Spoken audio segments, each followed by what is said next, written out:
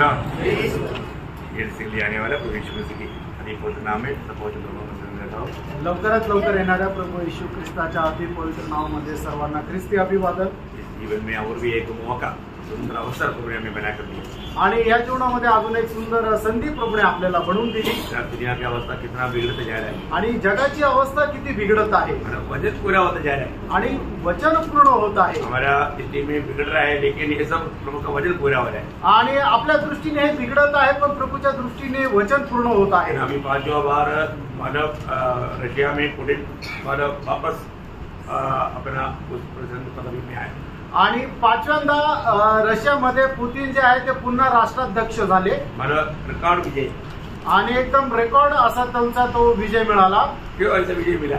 असा विजय का मिळाला? जो भी विरोधी था सबको जेल में डाल के बंद कर दिया और कैद कर दिया और खत्म कर दिया। आणि त्यांचे जे काही विरोधी होते त्या सगळ्यांना पकडून तुरुंगामध्ये टाकून दिलं, काहींना मारून टाकलं। नाम के लिए विरोधियों को खड़ा किया, वो भी उनका पक्ष का है।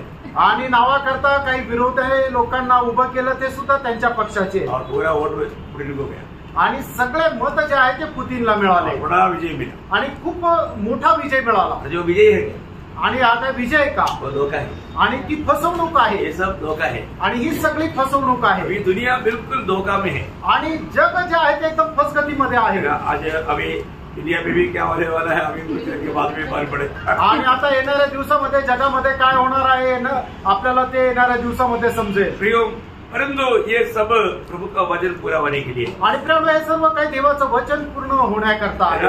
ये आपको मालूम है दुनिया में जितना भी राज है उसके पीछे शैतानी सामर्थ्य है। आणि जगामध्ये जे काही राज्य आहे त्याच्या पाठीमागे शैतानाचं सामर्थ्य आहे। वो इंडियन प्रधानमंत्री हो या अमेरिकन प्रेसिडेंट हो सबके पीछे शैतान राज है। आणि भारताचे ते पंतप्रधान असू द्या किंवा अमेरिकेचे राष्ट्राध्यक्ष असू द्या सगळ्यांच्या पाठीमागे शैतानाचा हात आहे। बिल्कुल शैतान का हाथ आणि एकदम शैतानाचा हात आहे। और अभी वो समय एकदम बहुत ऊंचा लेवल पे पहुंच गए आणि आता ती वेळ एकदम उंच स्थळावर पोहोचलेली आहे। लोग यहाँ से जाने का टाइम आ चुका है आणि प्रभूचे लोक इथून जाण्याची वेळ आलेली आहे। कितना टाइम मिलेगा मालूम नहीं। आता अजून किती वेळ मिळेल माहित नाही, लेकिन हमें वचन के द्वारा हर एक होने वाला बात को भी प्रभु ने प्रकट करके दिया है। आणि वचनाच्या द्वारे होणाऱ्या प्रत्येक गोष्टी प्रभूने आपल्याला प्रकट करून दिलेल्या आहेत। भविष्य में क्या क्या होने वाला है वो बात पहले से प्रभु ने हमको प्रकट करके दिया कि हम ये भी समझ करके हम प्रभु का आराधना महिमा और भी अधिक मतलब विश्वास योग्यता से करें। आणि वचनाच्या द्वारे प्रभूने भविष्यामध्ये होणाऱ्या गोष्टी अगोदरच आपल्याला प्रकट करून दिल्या आहेत यासाठी की आपण प्रभूचं अधिक भय धरून त्याची आराधना करावी। मत्ती 22:29 में लिखा है कि वे लोग पवित्र शास्त्र को और प्रभु को ना जानने कर उनका सामर्थ्य को ना जानने कारण भूल में पड़ता है। आणि मत्ती 22:29 वचनामध्ये अशा प्रकारे म्हटलेलं आहे की ते लोक परमेश्वर आणि त्याचं सामर्थ्य न जाणल्या कारणाने ते भूलमध्ये पडत आहे। लोगों को मालूम नहीं परमेश्वर कौन है, लोकांना ठाऊक नाही का परमेश्वर कोण आहे। अब मेरे लोगों को देखो ना जहाँ भी जाएगा वो मूर्ति के सामने जाता है, दंडवत करता है, प्रसाद खाता है, उनको ज्ञान है क्या? आणि तुम्ही बाहेर जाऊन बघा ना लोक मूर्तीला पूजा करतात, त्यांना नमन करतात आणि प्रसाद खातात, त्यांना ज्ञान आहे का? उनको किसका दंडवत करता? आणि ते कोणाला दंडवत करतात? शैतान का, शैतानाला। हर एक मूर्ति के पीछे शैतान है आणि प्रत्येक मूर्तीच्या पाठीमागे शैतान आहे। इतना भयंकर बात है, किती भयंकर गोष्ट आहे। लोगों को ये सच्चाई बोलेगा तो भी समझने के लिए मानने के लिए तैयार नहीं होगा। आणि या लोकांना हे सत्य सांगितलं तरी ते मान्य करायला तयार होणार नाही। इसलिए मतलब पहला कुरिन्थियों 8:7 में लिखा है कि सबको ये ज्ञान नहीं है। आणि म्हणूनच पहिले कुरिन्थियों पत्र 8 अध्याय त्याच्या 7 वचनामध्ये लिहिलं की प्रत्येकाला हे ज्ञान नाही। सबको ये ज्ञान नहीं, आणि प्रत्येकाला हे ज्ञान नाहीये। प्रभु का अनुग्रह है आणि ही देवाची कृपा आहे। प्रभु ने हमें ये अनुग्रह दिया इसलिए हमको ये सच्चाई मालूम पड़ा। आणि प्रभूने आपल्यावर कृपा केली म्हणूनच हे सत्य आपल्याला समजलं। तो आज भी हम उसी आत्मा से प्रभु ने लिखा वही आत्मा में रह करके हम प्रभु का वचन को शिके। आणि म्हणूनच देवाचं वचन जे आत्म्यामध्ये राहून लिहिण्यात आलं त्याच आत्म्यामध्ये राहून आपण ते मनन करू। मैं आशा करता हूँ आप लोगों ने एक बार भी कम से कम पढ़ कर आया होगा। आणि मी आशा ठेवतो कमीत कमी तुम्ही एकदा तरी वाचून आले असतील। ऐसा लोगों के लिए बहुत आसानी है थोड़ा समझने की, अशा लोकांकरता समजण्याकरता सोपं आहे। ओके, आज हम प्रकाशित वाक्य के 12 अध्याय उसको अध्ययन करेंगे, उसका पहला 1 और 2 वचन पढ़ेंगे। आणि आज आपण प्रकटीकरणाचं पुस्तक 12 अध्याय मनन करणार आहोत। त्याच्याकरता आपण त्याचं 1 आणि 2 वचन वाचूया। स्वर्ग में एक बड़ा चिन्ह दिखाई दिया, अर्थात एक स्त्री जो सूर्य ओढ़े हुए थी और चांद उसके पांव तले था और उसके सिर पर 12 तारों का मुकुट था। वह जाती थी, क्योंकि प्रसव की पीड़ा में थी। देखिए, यहाँ पर हम देखते हैं कि एक स्त्री के बारे में, आणि एका स्त्री संबंधाने या ठिकाणी आपण पाहत आहोत, और वो मतलब सूर्य को उड़ा हुआ था। आणि तिने सूर्याला ओढलेलं होतं। ये कौन है स्त्री? आणि ही स्त्री कोण आहे? मतलब उसके बारे में कई प्रकार का ओपिनियंस है। आणि या स्त्री संबंधाने पुष्कळ प्रकारचे मत आहे। अगर सही रीति में वचन नहीं जानेगा तो उनके कहने में हम बग सकते हैं। आणि जर योग्य प्रकारे वचन जर आपण जाणून घेतलं नाही तर ते लोक आपल्याला जे सांगतात त्याच्यामध्ये आपण बहकू शकतो। खास करके इस स्त्री के बारे में 3 उपदेश है। आणि या स्त्री संबंधाने विशेष करून 3 प्रकारचे उपदेश आहेत। मतलब बहुत से लोग बोलते हैं कि ये स्त्री मतलब मरियम है, आणि पुष्कळ लोक अशा प्रकारे म्हणतात की ही स्त्री मरियम आहे। दूसरा कुछ लोग बोलते हैं कि नहीं ये स्त्री मंडली है, आणि दुसरे काही लोक म्हणतात की नाही ही स्त्री मंडळी आहे। और तीसरा कुछ लोग बोलते हैं ये इस्राएल है। आणि तिसरं काही लोक अशा प्रकारे म्हणतात की हे इस्रायल आहे। इसमें कौन सा सही है? आणि यापैकी कुठलं खरं आहे? हमें ये वचन के द्वारा समझना चाहिए, आणि आपण वचनाच्या द्वारे समजायला पाहिजे। मतलब एक एक बातें अगर सुनने पर अगर वचन का सही ज्ञान नहीं है तो हम फिसल सकते हैं। आणि एक एक वचन वाचत असताना जर आपल्याला वचनाचं खरं ज्ञान नाहीये तर मग आपण सुद्धा त्याच्यामध्ये घसरू शकतो। अभी जब मरियम है ऐसा बोलने वाला इस वचनों से इस टीवी में मन बजाता है, आणि जे लोक अशा प्रकारे दावा करतात की ही स्त्री म्हणजे मरियम आहे ते अशा प्रकारे वचनाचा आधार घेतात। मतलब वो बोलता है कि उसी 12 अध्याय के 5 वचन में हम देखता है, आणि 12 अध्याय त्याच्या 5 वचनामध्ये असं म्हटलंय, वह बेटा जनी हाँ, जो लोहे का दंड लिए हुए हाँ, सब जातियों पर राज्य करने पर था। हाँ। अभी देखिए, अभी ये वचन कहता है कि उसने एक बेटे को जन्म दिया, वो बेटा मतलब लोहे का दंड लेकर के सब राज्यों पर अधिकार करेगा। आणि मग या ठिकाणी अशा प्रकारे म्हटलंय की ती एक मुलाला जन्म देईल आणि तो मुलगा लोखंडाचा राजदंड घेऊन सर्व देशांवर राज्य करेल। जरूर मरियम ने यीशु मसीह को जन्म दिया, आणि निश्चितच मरियमने प्रभू येशू ख्रिस्ताला जन्म दिला, और यीशु मसीह ही ये दंड लेकर के राज्य करने वाला है। आणि प्रभू येशू ख्रिस्तच तो राजदंड घेऊन राज्य करणार आहे। ये बात उनका कहना एकदम करेक्ट है। आणि त्यांचं म्हणणं एकदम बरोबर आहे। और दूसरा बात वो क्या बोलता, आणि दुसरी गोष्ट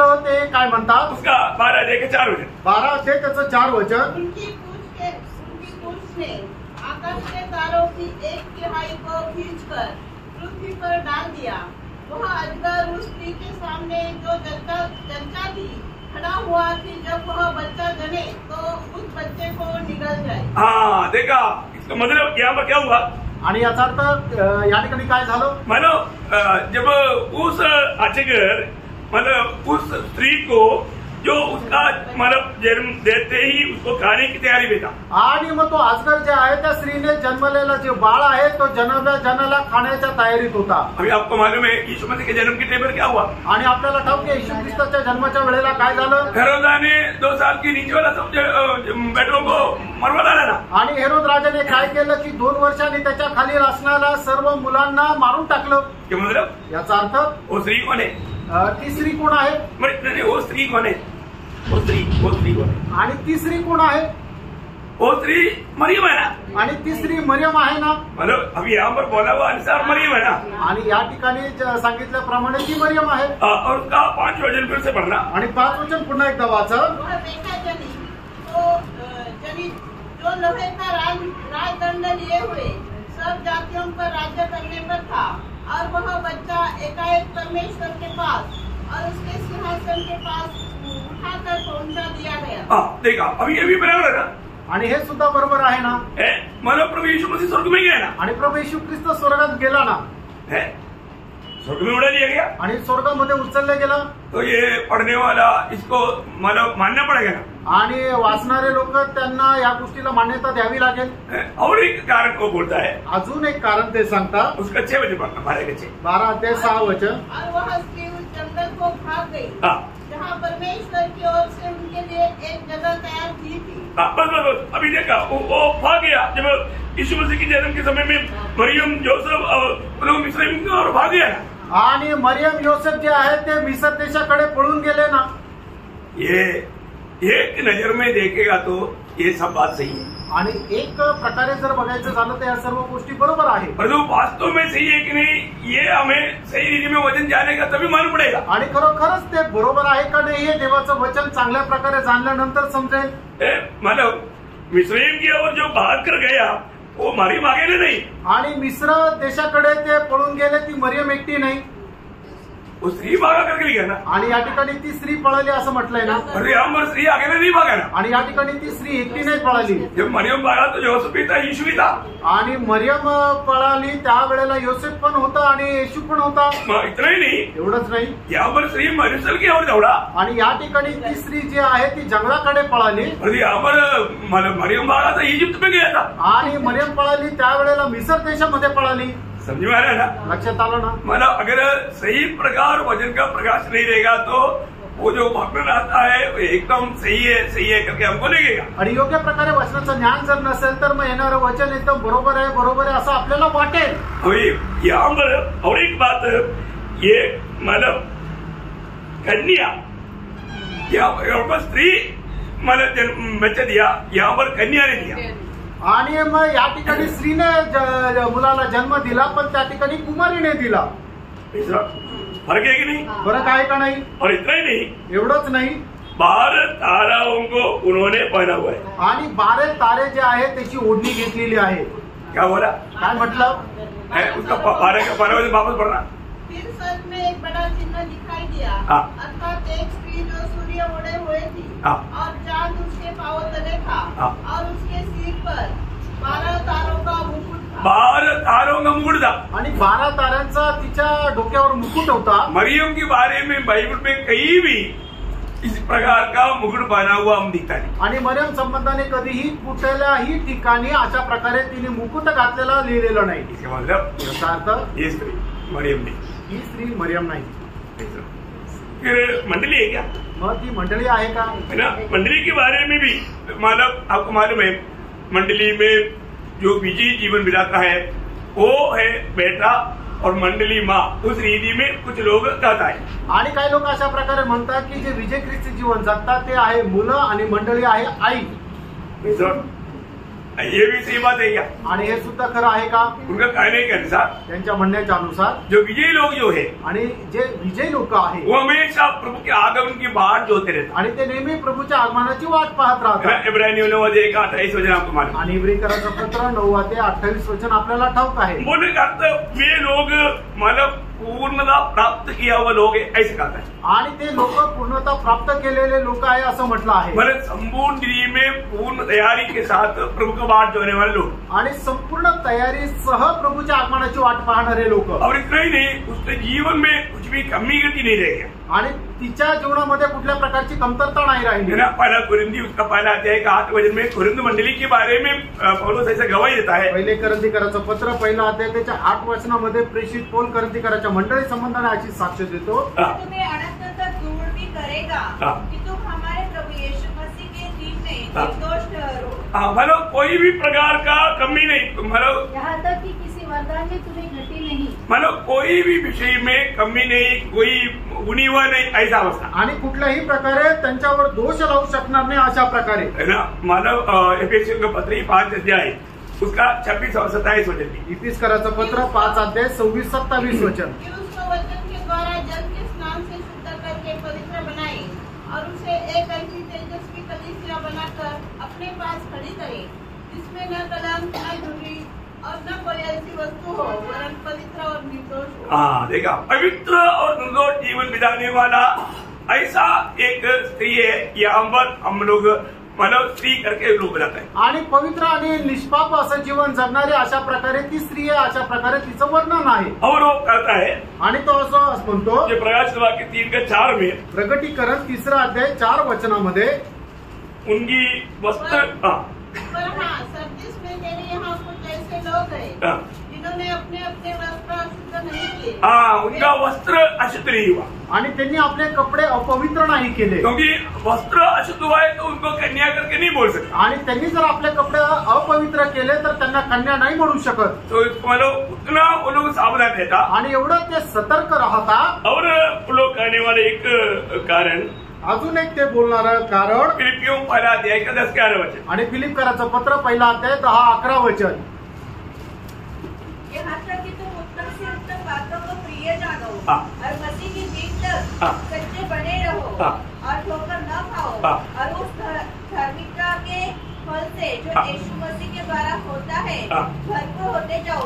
मतलब धार्मिकता का फल से एकदम भरा हुआ अनुभव में जीने वाले लोग आणि नीतिमत्वाच्या फळाने एकदम भरलेल्या अनुभवामध्ये जगणारे लोक और साथ ही साथ त्याच्याच बरोबर पड़ोसियों पहला अध्याय का 23 वचन कलसीकराचं पत्र पहिला अध्याय त्याचं 23 वचन यदि तो विश्वास की नींव पर दृढ़ बने रहो। हाँ, वो लोग विश्वास की नींव पर हमेशा दृढ़ रहता है। आणि ते लोक विश्वासाच्या पायावर एकदम दृढ राहतात। इतना ही नहीं, एवढंच नाही, अपने हृदय को कोई अशुद्धि में डुबरे नहीं रहता। पहला थिस्सलुनीकियों 3:13 वचन। पहिलं थिस्सलुनीकराचं पत्र 3रा अध्याय 13 वचन, ते आपलं हृदय कुठल्याही प्रकारच्या अपवित्र गोष्टींमध्ये लावू देत नाही। ताकि वह तुम्हारे मनों को ऐसा स्थिर करे कि जब हमारा प्रभु यीशु अपने सब पवित्र लोगों के साथ आए तो वे हमारे परमेश्वर और पिता के सामने पवित्रता में निर्दोष ठहरे। हाँ, देखा मालूम क्या है कि वे लोग हर प्रकार हर बात में सावधान होकर के अपने आप को पवित्र रखता। आणि ते लोक प्रत्येक गोष्टीमध्ये आपल्या स्वतःला सावध ठेवणं, स्वतःला पवित्र ठेवतात। और पहला विश्वास जब इब्रानियों 3:14 वचन आणि इब्रीकराचं पत्र 3रा अध्याय 14 वचन, क्योंकि हम मसीह के भागीदारी हुए हैं, यदि हम अपने प्रथम भरोसे पर अंत तक दृढ़ता से स्थिर रहे। वो लोग इन कारणों के कारण स्त्री मंडली और इसमें विजय जीवन बिताने वाला वो लड़का या दिया वो बेटा करके बताता है। आणि या कारणामुळे ती स्त्री म्हणजे मंडळी आहे आणि तिने जन्म दिलेला म्हणजे विजय लोक आहे। यहाँ पर अगर ऐसा है तो फिर मतलब मंडली को महाक्लेश में भी गुजरना पड़ेगा। आणि मग जर असं आहे तर मंडळीला महाक्लेशामधूनच जावं लागेल। ऐसा है तो मतलब मंडली महाक्लेश में जाने वाला बात है तो इसका मतलब ये स्त्री मंडली नहीं है।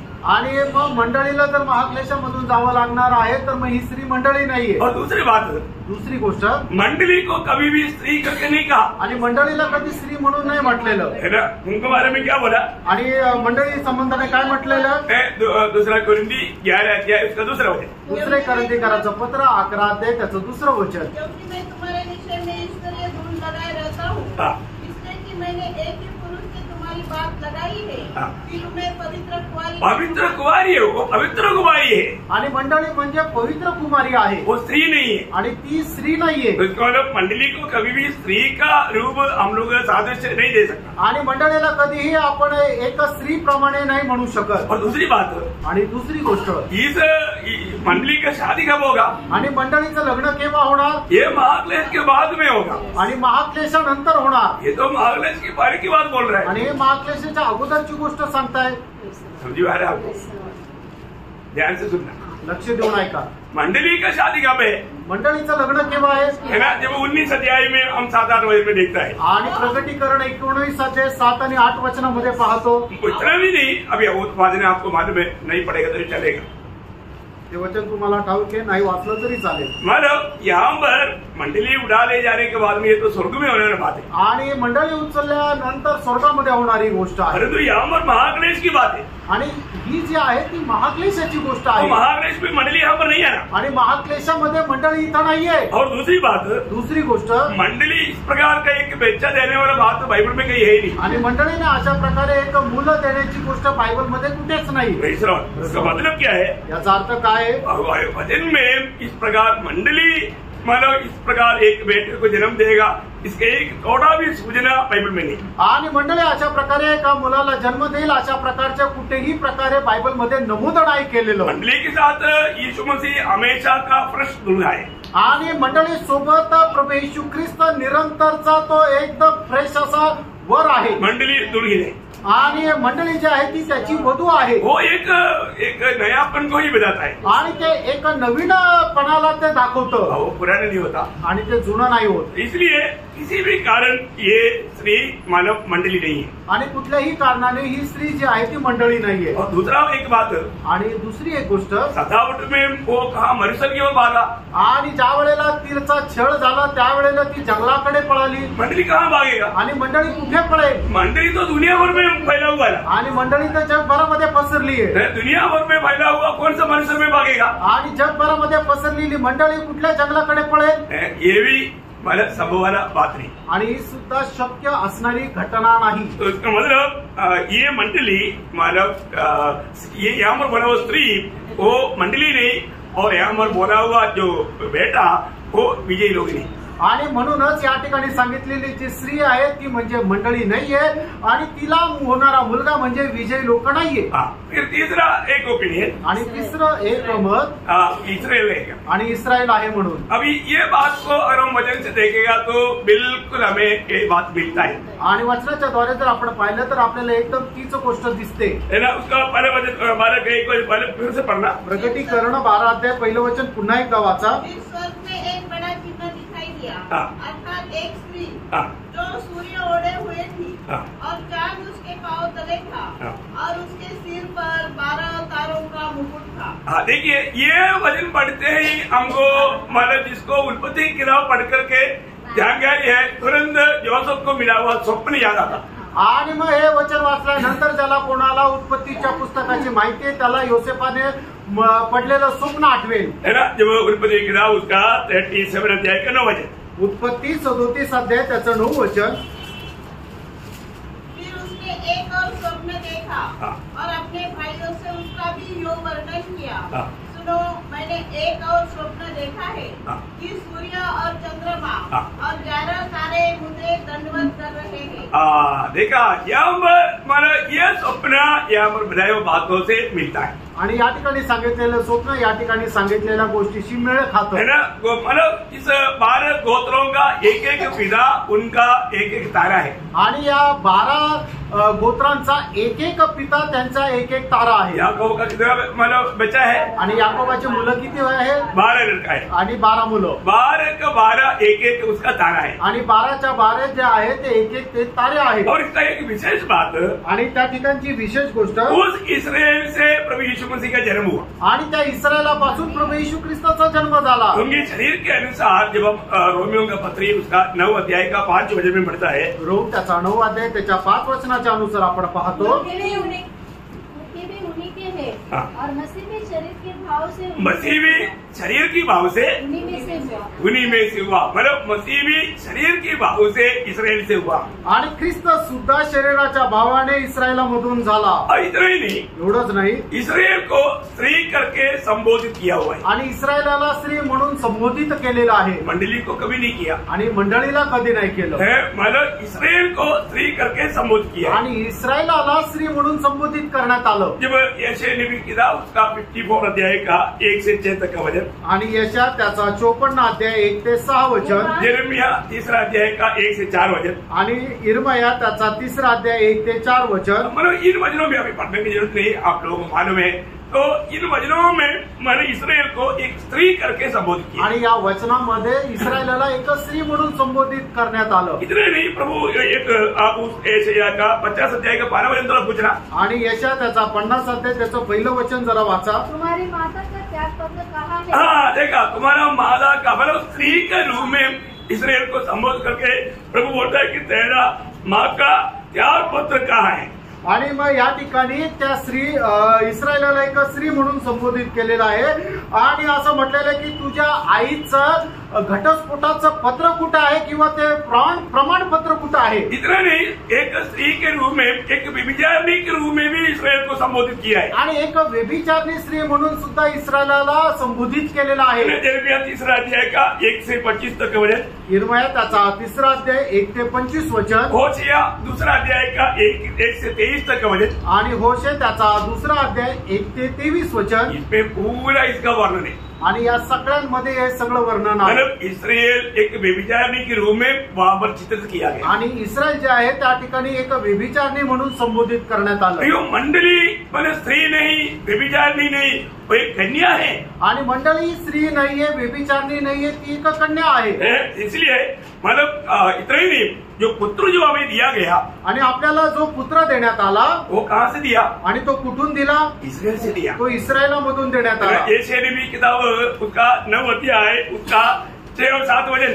आणि याच्या 9 अध्याय 6-7 वचन. क्योंकि हमारे लिए एक बालक उत्पन्न हुआ, हमें एक पुत्र दिया गया है. देखा, हमें एक पुत्र दिया गया है और प्रभुता उसके कांधे पर होगी और उसका नाम अद्भुत युक्ति करने वाला, पराक्रमी परमेश्वर, अनंत काल का पिता और शांति का राजकुमार रखा जाएगा. उसकी प्रभुता सर्वदा बढ़ती रहेगी और उसकी शांति का अंत न होगा.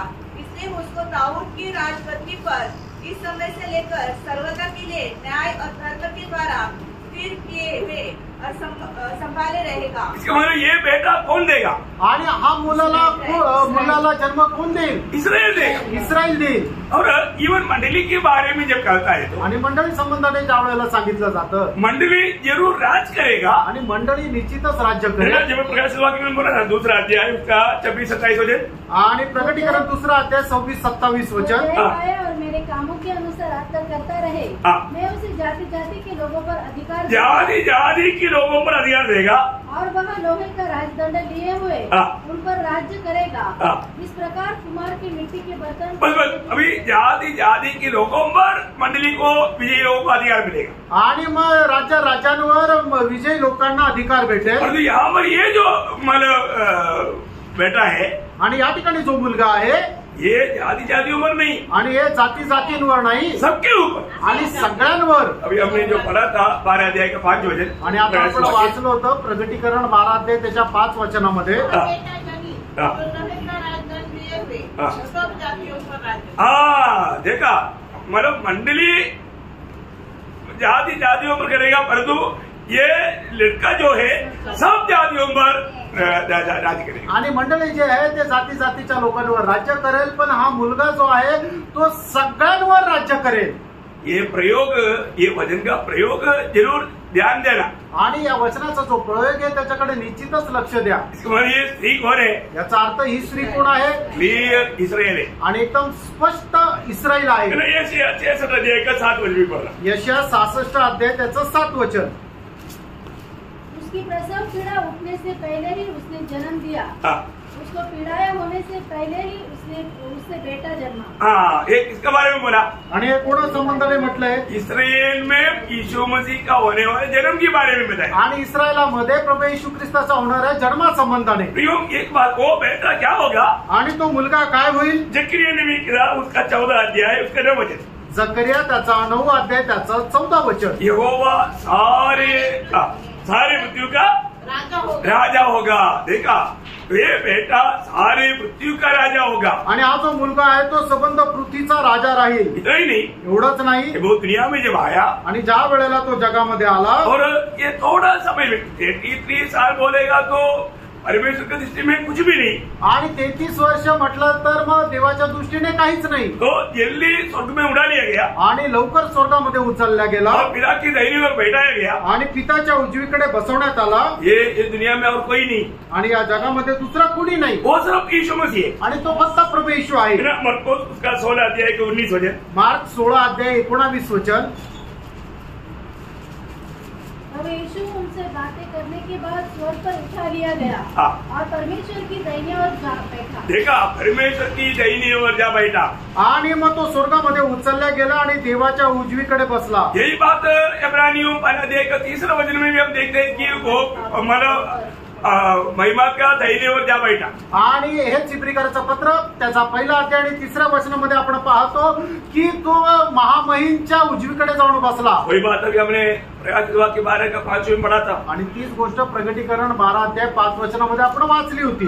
पिता की उस सिंहासन की ओर लिया और एक बार पढ़िएगा उसको। वह बेटा जनी जो लोहे का राजदंड लिए हुए सब जातियों पर राज्य करने पर था और वह बच्चा एकाएक परमेश्वर के पास और उसके सिंहासन के पास उठाकर पहुंचा दिया गया। उसके सिंहासन के पास उड़ाकर पहुंचाया गया आणि उचलून त्याला सिंहासनाच्या जवळ नेलं। जरूर हम विजयी लोगों को प्रभु के सिंहासन में बैठने का अधिकार है। आणि निश्चितच आपण जे विजय लोक आहेत त्यांना परमेश्वराच्या सिंहासनावर बसण्याचा अधिकार आहे। लेकिन हमें सारे जातियों के ऊपर अधिकार नहीं आणि आपल्याला सर्व राष्ट्रांवर अधिकार नाही। सारी दुनिया को हम राज्य नहीं करेगा आणि सगळ्या जगाचा आपण राज्य नाही करणार। और यीशु मसीह एकमात्र व्यक्ति है जबकि उड़ने के बाद में सीधा पिता की दाहिनी ओर जा बैठा। आणि प्रभू येशू ख्रिस्त एक मात्र असा व्यक्ती आहे की पुनरुत्थानानंतर सरळ तो पित्याच्या उजवीकडे जाऊन बसला। मतलब स्त्री एक्चुअली इस्राएल है आणि याचा अर्थ स्त्री जर म्हटलं तर खरं ती इस्रायल आहे और वो जो लड़का जो है वो यीशु मसीह है आणि बालक जो आहे तो प्रभू येशू ख्रिस्त आहे। अभी हम उसका 3रा वचन पढ़ेंगे आणि प्रकटीकरण 12 अध्याय 3 वचन वाचूया। एक और चिन्ह स्वर्ग में दिखाई दिया और देखो एक बड़ा लाल अजगर था। बड़ा लाल अजगर था जिसके 7 सिर और 10 सींग थे। देखिए यहाँ पर अजगर का खूबी देखिए, आणि या ठिकाणी जो अजगर सांगितलं त्याचं वैशिष्ट्य बघा। आपको मालूम है यहाँ पर एक लाल अजगर का बारे में होता है आणि एक लाल अजगरा संबंधाने वर्णन आहे। कौन है? आणि तो कोण आहे? शैतान है। तो सैतान आहे। ये शैतान का वर्णन है आणि हे सैतानाचं वर्णन आहे। मतलब यहाँ पर बोलता है कि उसमें क्या था, उसको सात सिर और 10 सिंग थे। हाँ, इसका अर्थ क्या है? आणि याचा अर्थ काय आहे की 7 डोके आणि 10 सिंग। 7 सिर बोलेगा तो वो ज्ञान में परिपूर्ण है। आणि 7 डोकं म्हटलं म्हणजे तो ज्ञानामध्ये परिपूर्ण आहे। आपको मालूम है हमेशा 7 शब्द एक परिपूर्णता को दिखाता है। आणि 7 ही जी संख्या आहे ती परिपूर्णतेला दाखवली शैतान जाते। के बारे में क्या बोलता? आणि सैताना संबंधाने काय म्हटलंय? के नबी किताब उसका 28 अध्याय का 12 वचन की 20 बात पढ़ेगा तो, आणि एजकेल 28 अध्याय त्याच्या 12 वचनाचा शेवटला भाग, बुद्धि से भरपूर हाँ और सर्वांग सुंदर है। हाँ, देखा मतलब बुद्धि से भरपूर, मतलब ज्ञान में वो भरपूर है आणि ज्ञानाने तो परिपूर्ण होता और सुंदरता में भी परिपूर्ण था। आणि तो सौंदर्यामध्ये सुद्धा परिपूर्ण होता। और ये शैतान का एक वर्णन है। आणि हे सैतानाचं एक वर्णन आहे। और 10 सिंह किसको मिलाता? आणि 10 सिंग ते कशाला संबोधित केले जातात? अधिकार को मिला। सिंह हमेशा अधिकार को मिला। आणि सिंग नेहमी अधिकाराला दर्शवते। मतलब अंत समय में देश राजा उठेगा, उनका पूरा सपोर्ट इसको मिलेगा। आणि मग शेवटल्या काळामध्ये म्हणजे महाक्लेशामध्ये 10 राजे उभे राहतील आणि त्या 10 राजांचा जो सपोर्ट आहे तो याला राहील। आपको मालूम है दानियल ने देखा हुआ वो दर्शन हम लोग कई बार पढ़ा है। आणि दानियेलाला मिळालं जे दर्शन आहे ते पुष्कळ वेळा आपण वाचले। मतलब ये जानवर को या मसीह विरोधी को ये देश का राजा होगा पूरा सपोर्ट मिलेगा। आणि मग हा जो अजगर आहे त्याला 10 देशाच्या राजाचा संपूर्ण सपोर्ट भेटेल। दानियल उसका 7 अध्याय का 7 वचन, दानियल 7 अध्याय त्याचं 7 वचन। इसके बाद मैंने स्वप्न की दृष्टि की और देखा कि एक चौथा जंतु जो भयंकर और डरावना और बहुत सामर्थ्य है और उसके बड़े बड़े लोहे के दांत है, वह सब कुछ खा डालता है और चूर चूर करता है, और जो बच जाता है उसे पैरों से रौंदता है।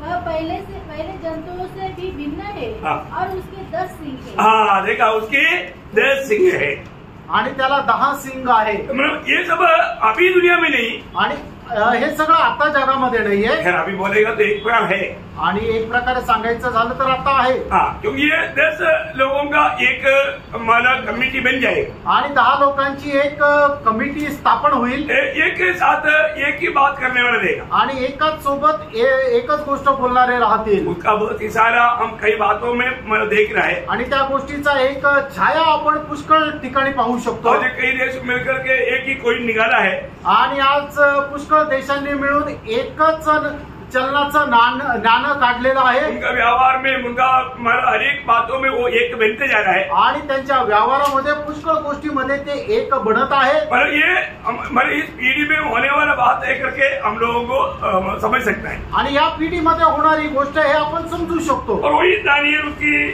7 का 24 में, आणि दानियल 7 अध्याय त्याच्या 24 वचनामध्ये इन राजाओं के बारे में लिखा है। आणि या राजांसंबंधाने असं लिहिलंय, उन 10 सिंहों का अर्थ यहाँ है कि उस राज्य में से 10 राजा उठेंगे। हाँ, 10 राजा उड़ेंगे और उनके बाद उन पहलों से भिन्न एक और राजा उठेगा जो 3 राजाओं को गिरा देगा। हाँ, मतलब इसका मतलब अभी उड़ेगा, मतलब ये भविष्य में होने वाला बात है। आणि भविष्यामध्ये होणारी ही गोष्ट आहे। यही बात है जब प्रकाशित वाक्य 17 अध्याय का 12 वचन में, आणि प्रकटीकरण 17 अध्याय त्याच्या 12 वचनामध्ये, मतलब जब योहना को जब दिखाया आणि योहानाला ज्या वेळेला दाखवलं, हाँ, उसमें विशेष बात बताता है आणि त्याच्यामध्ये विशेष गोष्ट सांगितली आहे। जो 10 सिंह तूने देखे वे 10 राजा है। ये 10 राजा है जिन्होंने अब तक राज्य नहीं पाया, अभी तक राज नहीं पाया। पर उस पशु के साथ, उस पशु के साथ, पशु बोलेगा तो मसीह विरोधी के साथ घड़ी भर के लिए राजाओं का सा अधिकार पाएंगे। हाँ, घड़ी भर के लिए बोलेगा तो ये 3.5 साल के लिए ये लोग सब अधिकार पा करके मसीह विरोधी के साथ मिल करके प्रभु के लोग बोलेगा तो इस्राएल को सताए। आणि मग 3.5 वर्ष ख्रिस्त विरोधाची ते मिळून राहतील आणि मग ते राज्य करतील आणि इस्रायलाचा छळ करतील. प्रियो, आज ये बात को जानना है. आणि प्रेरणो, आज एका गोष्टीला जाणायचं आज जितना भी अधिकार है, राज है, इसके पीछे किसका हाथ है? आणि आज जितके काही अधिकार आहे, राज्य आहे, त्याच्या पाठीमागं कोणाचा अधिकार आहे? किसका हाथ है? सैतान का. शैतान का सैतानाचा. है ना. पहला यूहन्ना 5 अध्याय उसका 19 वचन. पहिलं योहान 5 अध्याय 19 वचन. हम जानते हैं कि हम परमेश्वर से है हाँ. और सारा संसार उस दुष्ट के वश में पड़ा है. बोलने का मतलब सारे संसार, सारे अधिकार आज वो दुष्ट के हाथ में पड़ा है. आणि संबंध जग जे आहे ते दुष्टाच्या अधीन आहे. इसलिए उसको मानव दुनिया का प्रभु कहा गया. आणि म्हणूनच त्याला जगाचा ईश्वर मानण्यात आलं. आपको मालूम है ना, जगाचा प्रभु मतलब 3 जगह प्रभु बात बताता है यूहन्ना में. आणि योहान मध्ये 3 ठिकाणी म्हटलेलं आहे. एक यूहन्ना का 12 अध्याय का 31 वचन. योहान 12 अध्याय 31 वचन. अभी संसार का न्याय होता है, अभी संसार का सरदार निकला. सरदार, संसार का सरदार.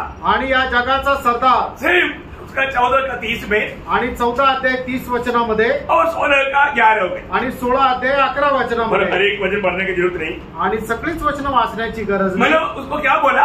आणि मग या सैतानाला काय म्हणण्यात आलं? संसार का सरदार. आणि जगाचा सरदार. दूसरी प्रकार बोलेगा तो. आणि दुसऱ्या प्रकारे सांगायचं झालं तर दूसरा कुरिन्थी 4 अध्याय का 4 वचन में दुसरे करंदीकराचं पत्र 4 अध्याय 4 वचनामध्ये इस दुनिया का ईश्वर कहा गया. आणि या जगाचा ईश्वर म्हणण्यात आला. अब देखिए शैतान को क्या क्या नाम है. आणि बघा या सैतानाला काय काय नावं आहेत.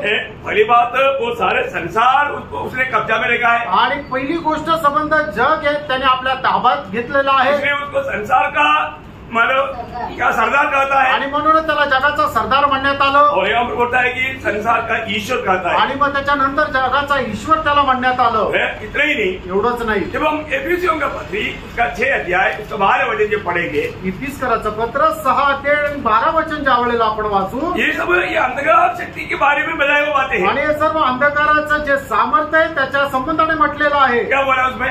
अंधकार का. हाँ, इस संसार के अंधकार के हकीम. हाँ, इस संसार की अंधकार की हकीम. आणि या जगाच्या अंधकाराचे हकीम. देखा, उसका नाम है इस जगत का अंधकार का हकीम. आणि त्याचं नाव आहे जगाच्या अंधकाराचे हकीम. है. हम लोग एक समय में हम लोग इसके अधीन थे. आणि एका वेळेला आपण याच्या अधीन होतो. क्या भयंकर अवस्था था. आणि काय भयंकर अवस्था होती याद आता है? याद करेगा तो कितना भयंकर लगता. आणि जर आठवल्यानंतर किती भयंकर वाटतं. है ना. जब एफिसियों का पत्री में का 2 अध्याय का 2 वचन में एक विशेष प्रयोग है. आणि इफिसकराचं पत्र 2 अध्याय त्याच्या 2 वचनामध्ये इनमें तुम पहले इस संसार की रीति पर संसार की रीति पर और आकाश के अधिकार के हकीम. आकाश के अधिकार के हकीम. मतलब शैतान कौन है? आकाश का भी अधिकार का हकीम है. आणि सैतान कोण आहे? जे आकाशाचा सुद्धा अधिकाराचा हकीम आहे. उसके अधीन में हम लोग थे. त्याच्या अधीन आपण होतो. प्रभु के अनुग्रह से देवाच्या कृपेने प्रभु ने हमें बचा लिया. प्रभूने आपल्याला वाचवलं. वास्तव में हम कितना हमारा प्रभु से आभारी रहना चाहिए. आणि खरोखर प्रभूला किती आपण आभारी राहायला पाहिजे. अभी उस 12 अध्याय के 4 वचन पढ़ना. आणि 12 अध्याय 4 वचन वाचा. उनके पूछ ने हाँ. आकाश के तारों की एक तिहाई को खींचकर पृथ्वी पर डाल दिया. देखा, उसकी पूछ ले. ये क्या है? पूछ बोलेगा तो अब क्या समझेगा? आणि त्याची शेपटी म्हटलं म्हणजे आपण काय समजणार. बंदर का पूछ है. आणि माकडाला जशी शेपटी राहते तसं. नहीं, वो ऐसा पूछ नहीं है. आणि अशी ती शेपटी नाहीये. यहाँ पर जो पूछ बोला उसका एक आत्मिक अर्थ है. आणि या ठिकाणी शेपटी जे म्हटलं त्याला एक आत्मिक अर्थ आहे. क्या आत्मिक अर्थ है? आणि तो आत्मिक अर्थ काय आहे. झूठा भविष्यवाणी करके धोखा देने वाला. आणि खोटी भविष्यवाणी करून फसवणारा. है ना. यशायाह उसका 9 अध्याय का 15 वचन पढ़ना. यशायाह 9 अध्याय 15 वचन. हाँ. पूर्णिया और प्रतिष्ठित पुरुष तो सिर है और झूठी बातें सिखाने वाला नबी पूछ है. हाँ, झूठी बातें सिखाने वाला नबी पूछे. आणि खोटा शिक्षण देणारा जो नबी आहे तो शेपूट आहे. इसको पूछ माना क्यों कहा गया? आणि त्याला शेपूट का म्हणण्यात आलं. मतलब ये पूछ से माना 1/3 दूधों को उन्होंने गिराया. उसका मतलब आणि त्याने आपल्या शेपटीच्या द्वारे 1/3 स्वर्गदूतांना खाली पाडला. याचा अर्थ मतलब उसकी धोखा में 1/3 दूध पड़ गया. आणि त्याच्या फसगतीमध्ये 1/3 स्वर्गदूत फसल्या गेले. शैतान का कार्य देखो. आणि सैतानाचं कार्य बघा. है ना. टोटल दूधों में 1/3 दूधों को शैतान ने धोखा दे करके फंसा करके अपने साथ हो लिया. आणि जे सर्व स्वर्गदूत होते त्याच्यापैकी 1/3 स्वर्गदूत जे आहे त्या स्वर्गदूतांना त्याने फसून आपल्या बाजूने केलं. ये कितना अद्भुत बात है ना. आणि ही केवढं अद्भुत गोष्ट आहे ना. वचन पे ये सारे इंसिडेंट्स लिखा हुआ है.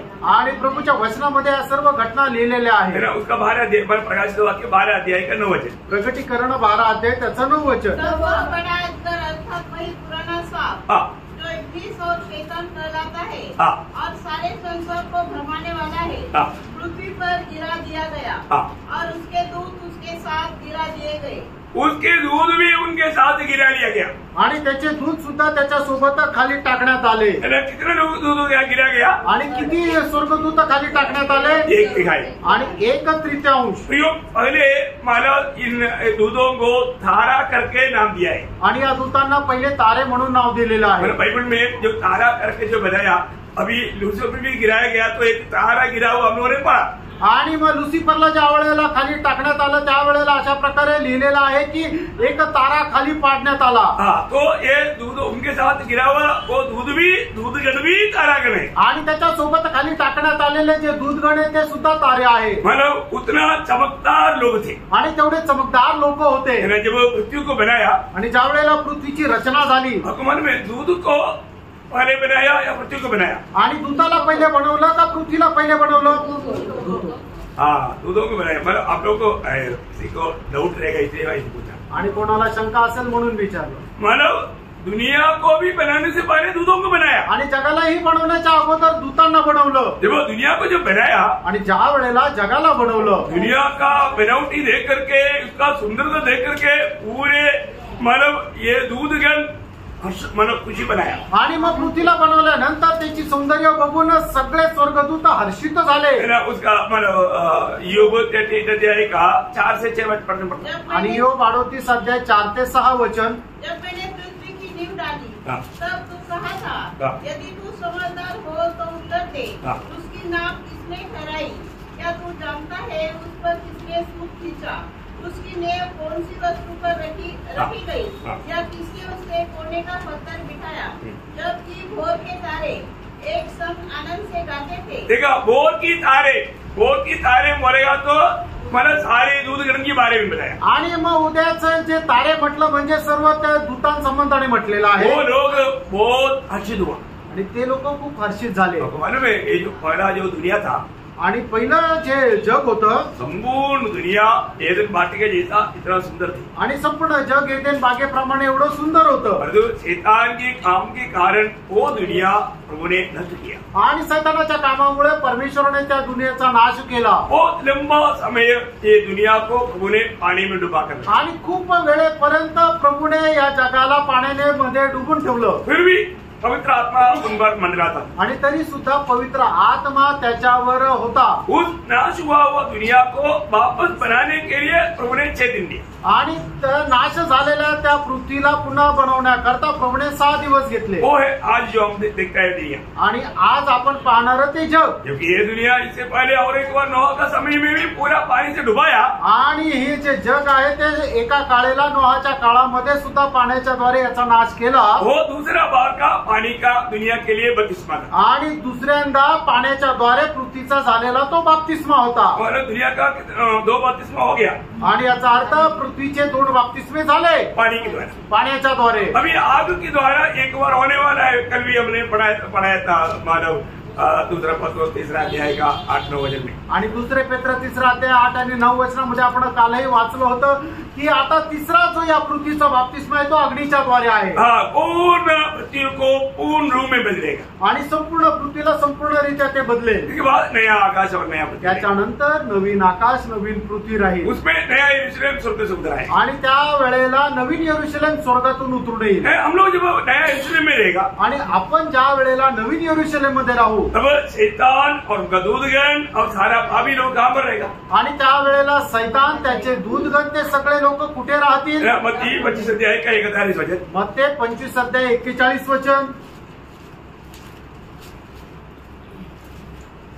तब भाई और वालों से कहेगा, ये शापित लोगों मेरे सामने से उस अनंत आग में चले जाओ जो शैतान और उसके दूतों के लिए तैयार की गई. देखा मतलब शैतान और उनका ये बंदे दूधगण और प्रभु यीशु पर विश्वास नहीं किया हुआ सारे पापी ये सभी लोग उस अनंत आग में चले जाएगा। आणि मग सैतान त्याचे 1/3 दूतगण आणि ज्यांनी प्रभू येशू ख्रिस्तावर विश्वास ठेवला नाही असे सर्व पापी लोक त्या अनंत कालच्या अग्नीमध्ये राहतील। अभी आपको मालूम है जब एदन बगीचा में पाप हुआ आणि एदेन बागेमध्ये जेव्हा पाप झालं वहां पर शैतान की एक बात मालूम पड़ा आणि सैतानाला एक गोष्ट समजली, अभी मैं शाप का अधीन है आणि आता मी श्रापाच्या अधीन आहे। क्योंकि प्रभु ने आदम को जो वचन दिया शैतान ने सुना आणि प्रभूने आदमाला जे वचन दिलं ते सैतानाने ऐकलं। क्या दिया था वचन आणि काय वचन दिलं होतं? उत्पत्ति 3 अध्याय उसका 15 वचन। उत्पत्ति 3 अध्याय त्याचं 15 वचन। मैं तेरे और इस स्त्री के बीच में और तेरे वंश और इसके वंश के बीच में बैर उत्पन्न करूंगा, वह तेरे सिर को कुचल डालेगा और तू उसके एड़ी को डसेगा। देखिए जब से ये बात एदन वाटिका में जब आदम को प्रभु ने कहा आणि जेव्हापासून ही गोष्ट प्रभूने आदमाला सांगितली तब से शैतान ने एक निर्णय लिया आणि तेव्हापासून सैतानाने एक निर्णय घेतला, मैं क्या करेगा, मी काय करेल, स्त्री की संतान को मैं खत्म करेगा आणि स्त्रीच्या पुत्राला मी नाश करेल। समजलं? शैतान उसी समय में लिया वो निर्णय आणि सैतानाने त्याच वेळेला घेतलेला हा निर्णय आहे। इसलिए क्या हुआ आणि म्हणून काय झालं है ना, जब हाबेल जन्मा तो आदम हुआ सोचा है कि ये इनके द्वारा हमारा छुटकारा है। आणि ज्या वेळेला हवेलाचा जन्म झाला त्यावेळेला आदम हवेला असं वाटलं की याच्याद्वारे आम्हाला मुक्ती आहे। मतलब कायन और हाबेल ये दोनों का जो जन्म हुआ आणि कायन आणि हाबेल यांचा ज्या वेळेला जन्म झाला तो कायन के प्रति उनको पहला प्रतिशत है कि ये आपको बचाने वाला है, आणि कायना संबंधाने त्यांना अशा प्रकारे अपेक्षा होती की हा आपल्याला सोडवणारा आहे। लेकिन शैतान ने कायन को हाथ में लिया आणि सैतानाने कायनाला आपल्या ताब्यात घेतलं और क्या किया, काय केलं, हाबेल को मारा आणि हाबेलाला मारून और टाकलं उसको एक खूनी बनाया। आणि त्याला एक खुनी बनवलं। ये कैसे बचाएगा, आणि हा कस काय वाचवे? मतलब शुरू से उसने क्या कर दिया, मतलब जो भी जन्म लेता है उनसे पाप कराने शुरू कर दिया। आणि सुरुवातीपासून सैतानाने काय केलं की जो कोणी स्त्रीपासून जन्मेल त्याच्याकडून पाप करून घेत असे, जैसे भीड़ आबादी बढ़ गया आणि जशी लोकसंख्या वाढत चालली तो उसमें भी कोई भी बचना नहीं चाहिए, इसलिए स्वर्गदूतों में कुछ लोगों में ऐसा मोह में डाल करके स्त्रियों के साथ शादी करा करके पाप करवाया। आणि मग ज्या वेळेला लोकसंख्या वाढली त्यावेळेला सैतानाने काय केली की काही स्वर्गदूतांना अशा प्रकारच्या मोहामध्ये टाकलं की त्यांनी स्त्रियांसोबत लग्न केलं आणि त्यांनी पाप केलं। तो इसलिए क्या हो गया, म्हणून काय झालं, पूरा दुनिया में भ्रष्टाचार फैल गया आणि संपूर्ण जगभरामध्ये पाप जे आहे ते वाढत गेलं। सबको नाश करने के लिए प्रभु ने निर्णय लिया, आणि सगळ्यांचा नाश करण्याचा निर्णय प्रभूने घेतला। लेकिन वहां पर एक व्यक्ति के ऊपर प्रभु का अनुग्रह आणि त्यावेळेला एका व्यक्तीवर प्रभूची कृपा झाली, वो तो नोहा, आणि तो होता नोहा। नोहा और उनका परिवार बच गया, आणि नोहा आणि त्याचा परिवार वाचला। लेकिन शैतान ने छोड़ा नहीं, आणि तरी सैतानाने सोडलं नाही, शैतान नोहा के पीछे लग गया आणि सैतान नोहाच्या पाठीमागे लागला। नोहा वहां पर एक मतलब अंगूर का बगीचा बनाया और मतलब उसमें उस नशा में पड़ गया और वो उड़ने के बाद में उसने क्या किया, आणि मग नोहाने काय केलं, एक द्राक्षाचा वेल लावला आणि मग ते पिऊन तो त्या नशेमध्ये पडला। और जब उड़ने के बाद में आणि उठल्यानंतर संभव को मालूम है, शॉर्ट में बोलता हूँ, आणि घटना तुम्हाला ठाऊक आहे, थोडक्यात सांगतो। उन्होंने कनान को श्राप दिया आणि त्याने उठल्यावर कनानाला शाप दिला। इसके बाद में उन लोग बाबेल बनाने के चक्कर में आ गया, आणि मग त्याच्यानंतर ते बाबेल बनवायचा विचार करू लागले। देखिए वहां पर एक बहुत भयंकर प्रभु से एक मतलब हटीला स्वभाव का कार्य शुरू हो गया, आणि प्रभूच्या विरोधामध्ये कार्य करायला सुरुवात झाली। बाद में प्रभु ने अब्राहम को बुला कार्य किया, आणि त्याच्यानंतर परमेश्वराने अब्रामाला आपल्या करता बोलून वेगळं केलं। अब सारा वहां पर सारा कुछ एक हाथ में लिया, आणि मग त्यावेळेला सारेला प्रभूने सैतानाने आपल्या हातात घेतलं, एक इस्माईल को पैदा करवाया, आणि एक इस्माइलाचा जन्म झाला। बोलने का अर्थ यहाँ पर भी है, शैतान पूर्ण रूप में प्रभु का उद्देश्य को तोड़ डालने के लिए यत्न करते रहा, आणि संपूर्णरित्या परमेश्वराचा उद्देश तोडण्याकरता सैतान प्रयत्न करत राहिला। फिर रबीके को जब इसहाक शादी किया तो उसको मतलब बच्चा होने नहीं दिया, आणि मग ज्या वेळेला इसकाने रिबेका सोबत लग्न केलं त्यावेळेला रिबेकाला मुलबाळ होऊ नाही दिलं। लेकिन इसहाक ने प्रार्थना किया, प्रभु ने उसके लिए बच्चा दिया, आणि इसकाने प्रार्थना केली त्यावेळेला रिबेकाला मूल झालं.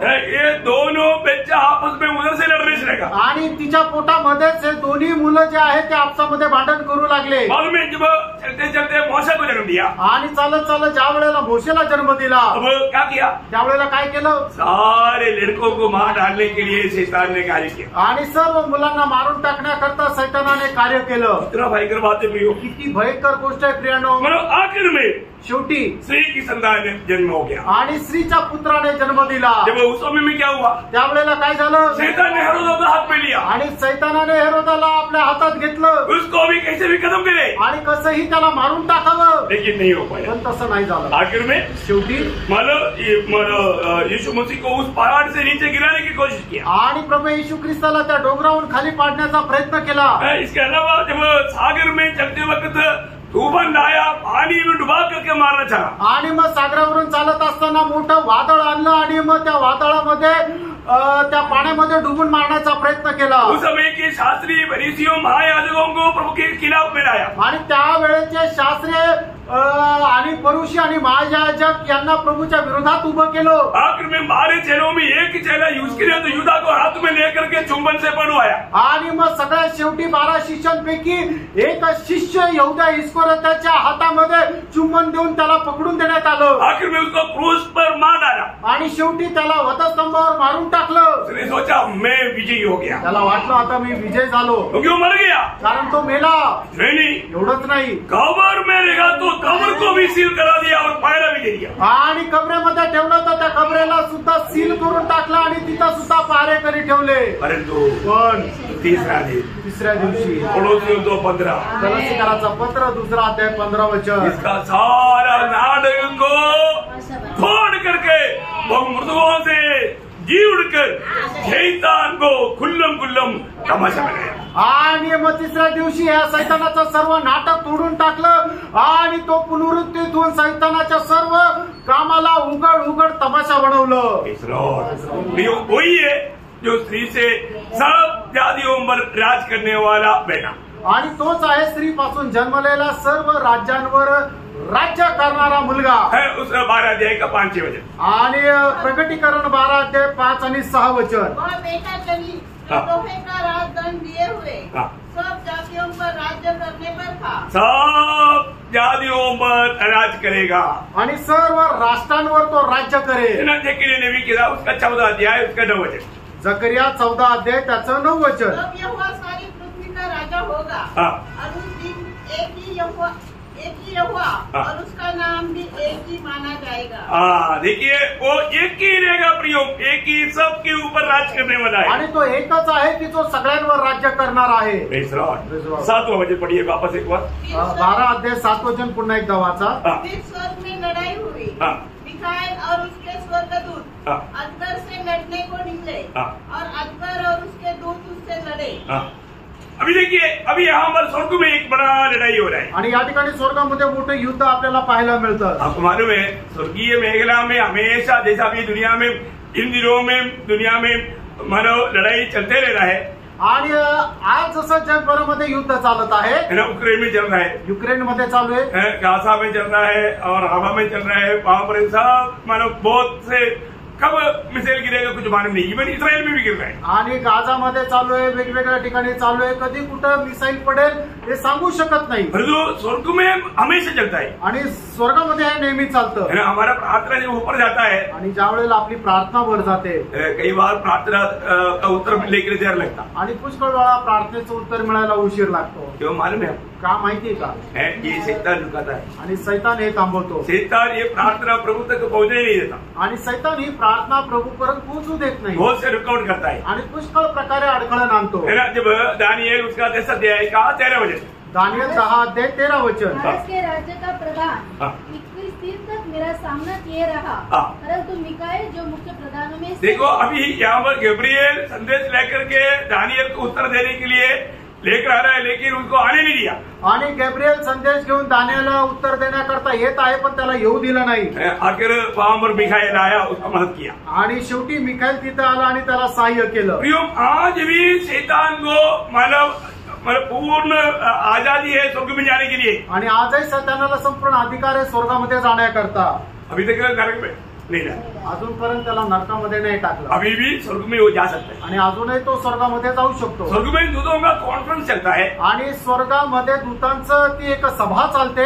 उस समय में शैतान भी जाता है क्योंकि वो एक दूत है ना. आणि त्या ठिकाणी सैतानही जातो कारण तो एक दूत आहे. दूतों को भी मालूम नहीं शैतान भी आया हुआ है कॉन्फ्रेंस में. आणि दूताला समजत नाही की सैतान सुद्धा त्याच्यामध्ये आलेला आहे. सिर्फ कौन जानता? आणि फक्त कोणाला ठाऊक आहे? प्रभु मालूम. प्रभूला ठाऊक आहे. बहुत भयंकर है ना. आणि खूप भयंकर आहे. ये संभव सब अभी देखो ना वचन में क्या इतना डिटेल से लिखा हुआ है. आणि वचनामध्ये किती सविस्तर लिहिलेलं आहे ना. जब योग का किताब पढ़ा अध्याय का 6 वचन, योग पहिला अध्याय 6 वचन. एक दिन यहोवा परमेश्वर के पुत्र उसके सामने उपस्थित हुए और उनके बीच शैतान भी आया.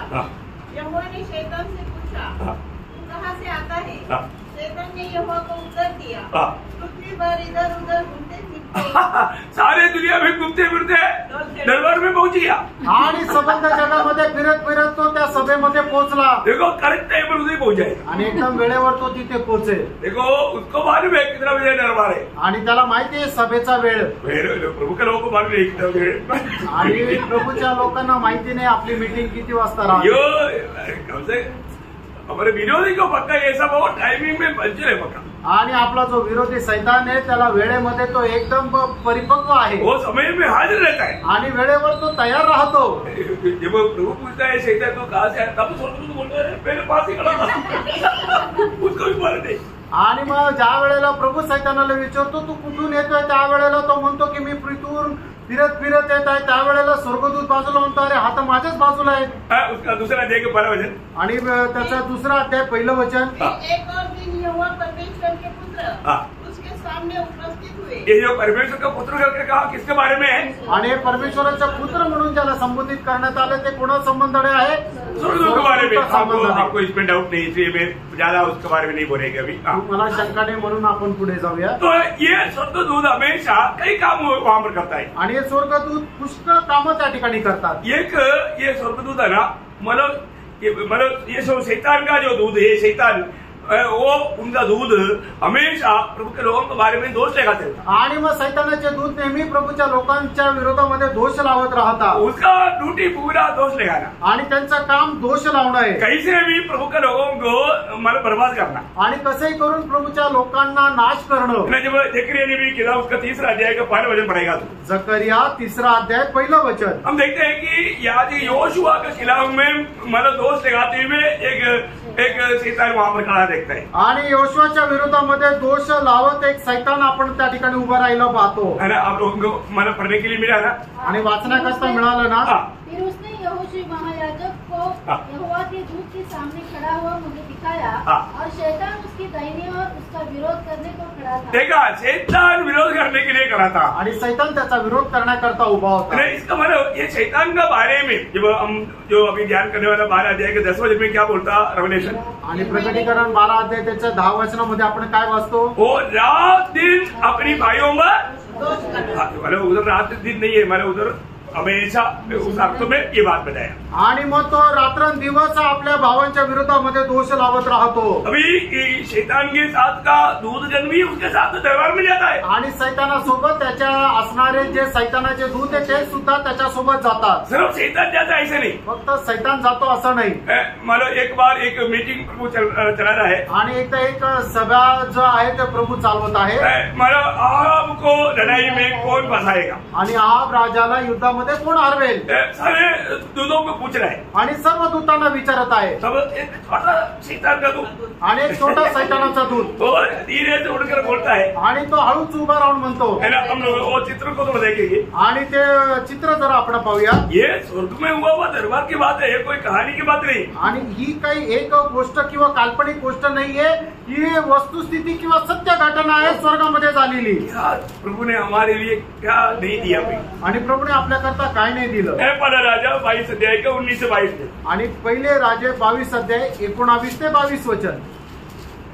मिकायाह ने कहा, इस कारण तू यहोवा का यह वचन सुन. मुझे सिंहासन पर विराजमान यहोवा और उसके पास दाहिने बाएं खड़ी हुई स्वर्ग की समस्त सेना दिखाई दी। समस्त सेना वहाँ पर खड़ा है। तब यहोवा ने पूछा, अहाब को कौन ऐसा भगाएगा कि वह गिलाद के रामोत पर चढ़ाई करके खेत आए? अभी प्रभु को मालूम है अच्छा तो कभी नहीं बोलेगा, कुछ गलत बात है, लेकिन ये बोलेगा प्रभु कभी कभी शैतान से काम लेता।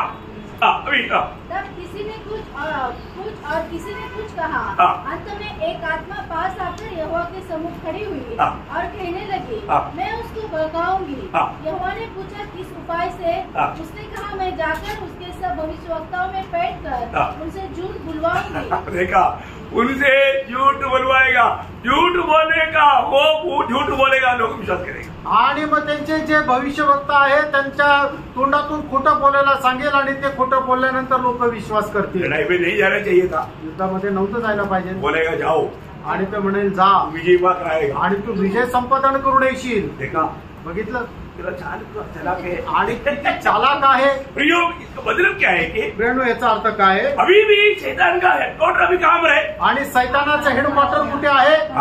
आकाश विधान में है। आणि मग आकाश विधानमध्ये आहे। एफिसियों उसका 6 अध्याय का 12 वचन। एफिसकराचं पत्र 6 अध्याय 12 वचन। क्योंकि हमारा यह बलियुद्ध लहू और मांस से नहीं परंतु प्रधानों से और अधिकारियों से और इस संसार के अंधकार के हाकिमों से है, उस दुष्ट की आत्माओं से है जो आकाश में है। देखा, जो आकाश में रहने वाला दुष्ट की सेना आणि आकाशामध्ये राहणारे दुष्टाचं सैन्य। अभी शैतान अपना हेडक्वार्टर कहाँ डाला है? आणि सैतानाने आपलं हेडक्वार्टर कुठे टाकले? आकाश में आणि आकाशामध्ये। ओ भयंकर बात है। आणि खूप भयंकर गोष्ट आहे। अभी मानव मिखाइल आकर के उनसे लड़ेगा आणि मिखाईल येऊन त्यांच्याशी लढेल।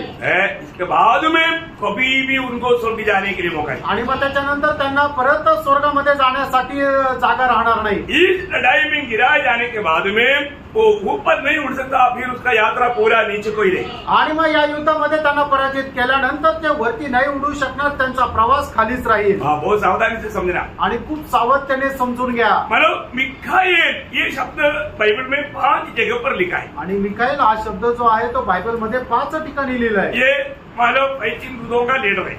आणि मग युद्ध करणारे जे दूत आहेत त्यांचा हा मुख्य आहे। मैं आपको बताता हूँ, मी तुम्हाला सांगतो।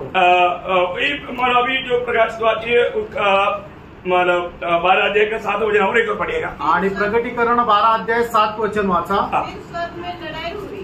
मिखाइल और उसके स्वर्गदूत अजगर से लड़ने को निकले।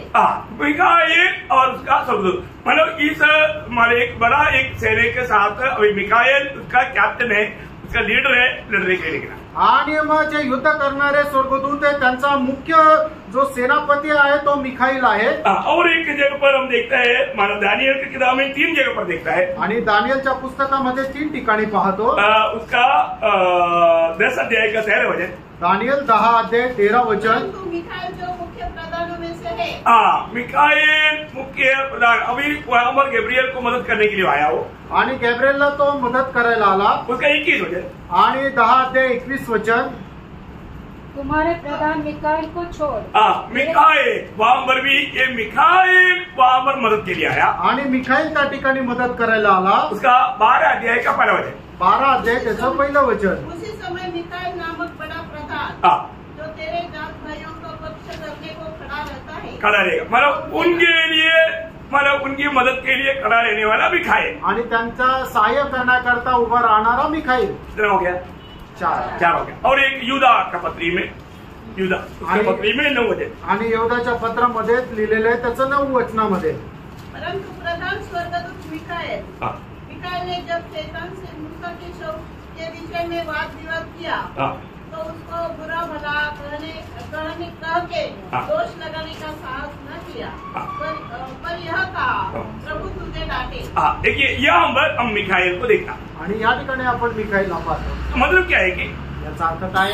यहाँ पर स्वर्ग में होने वाला इस लड़ाई में शैतान को हराया जाएगा तो फिर कभी भी वो स्वर्ग में नहीं चढ़ सकता। उसका आज हमने जो पढ़ा हुआ उस 12 अध्याय का 8 वचन पढ़ा। आणि 12 अध्याय 8 वचन वाचा। परंतु प्रबल न हुआ और स्वर्ग में उनके लिए फिर जगह न रही। स्वर्ग में फिर उनके लिए जगह नहीं रहा। आणि स्वर्गामध्ये त्यांच्याकरता पुन्हा जागा राहिली नाही। मतलब क्या है? याचा अर्थ काय फ्रेंड? मतलब इसके आगे वो कभी भी स्वर्ग में नहीं जा सकता आणि याच्यानंतर तो परत स्वर्गात नाही जाऊ शकत. तो अभी यहाँ तक हम रुक जाता है आणि इथपर्यंत आपण थांबतो 8 वचन तक. 8 वचनापर्यंत. मतलब यहाँ पर हम देखते हैं कि स्वर्ग में होने वाला लड़ाई आणि स्वर्गामध्ये होणारं युद्ध, वो लड़ाई मतलब शैतान और उनके दूतों के साथ है आणि ते युद्ध सैतान आणि त्याच्या दूतांसोबत आहे. और उसको हमेशा के लिए वो गिराया जाएगा. आणि निरंतर करता त्या सैतानाला आणि त्याच्या दूतांना खाली टाकण्यात येईल. मतलब ये संभव कब होगा? आणि याचा अर्थ हे केव्हा होईल? मध्य मतलब ट्रिब्युलेशन पीरियड का ओरिजिनल ट्रिब्युलेशन जो 3.5 साल का आखिरी भाग स्टार्ट होने से पहले. आणि मग जे खरं महाक्लेश हे 3.5 वर्षाचा सुरुवात होण्याच्या पहिले. अभी तक वो आकाश विधान में अपना हेडक्वार्टर में होकर के कार्य कर रहा है. आणि आतापर्यंत तो आकाशामध्ये आपल्या मुख्यालयामध्ये राहून तो काम करत आहे. उसको मालूम है अभी थोड़ी देर में गिराया जाएगा. त्याला ठाऊक आहे थोड्या दिवसानंतर त्याला पाडण्यात येईल. इसलिए दुनिया में कई जगह पर हेडक्वार्टर बना रहे हो. आणि म्हणून जगभरामध्ये वेगवेगळ्या ठिकाणी तो मुख्यालय बनवत आहे. कुछ दिन पहले इंडिया में भी एक जगह पर उन्होंने बनाया. आणि काही दिवसांपूर्वी भारतामध्ये सुद्धा एका ठिकाणी बनवलं. नाम मालूम है ना? आणि नाव माहिती आहे ना? बोलने की जरूरत नहीं, सांगायचं गरज नाही. ऐसा जगत का नाम उसका नाम तक लेना अच्छा नहीं लगता. आणि अशा त्या ठिकाणचं नाव घ्यायला चांगलं वाटत नाही.